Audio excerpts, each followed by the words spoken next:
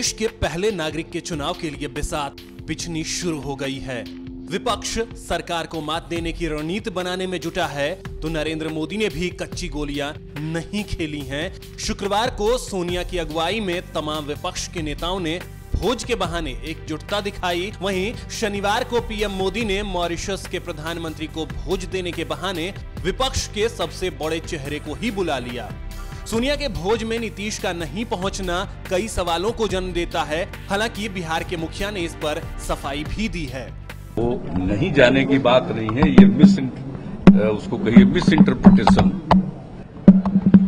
हमारे कोई व्यक्तिगत रूप से जाने न जाने की बात नहीं थी। बात है विभिन्न दलों को उन्होंने आमंत्रित किया और हमारे दल से भी प्रारंभ से ही बता दिया था कि जरूर जाएंगे, शरद जी जाएंगे और शरद जी गए भी हैं।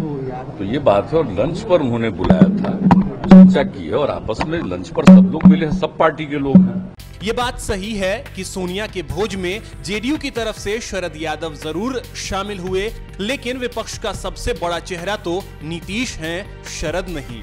और अब मोदी के भोज में जाने की बात कहकर सोनिया को झटका तो जरूर दिया है।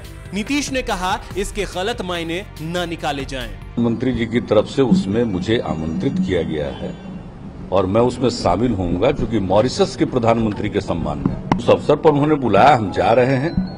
और जब उनसे मिलने जा रहे हैं तो हमने उनसे आग्रह किया है कि लंच के बाद कुछ देर के लिए मिलेंगे। हमने पत्र भी आज भेज दिया है। अब नीतीश बाबू को कौन समझाए कि इसके राजनीतिक मायने तो निकाले ही जाएंगे, क्योंकि बात भोज तक सीमित रहती तो कईयों के सीने पर सांप नहीं लौटता। लेकिन जो भोज के बाद मिलने का समय मांगा है वो कई सवालों को जन्म देगा, क्योंकि बिसात बिछ चुकी है। सबने अपनी अपनी चालें चलनी शुरू कर दी हैं। किसे शह मिलेगी और किसे मात, ये तो आने वाला वक्त ही बताएगा।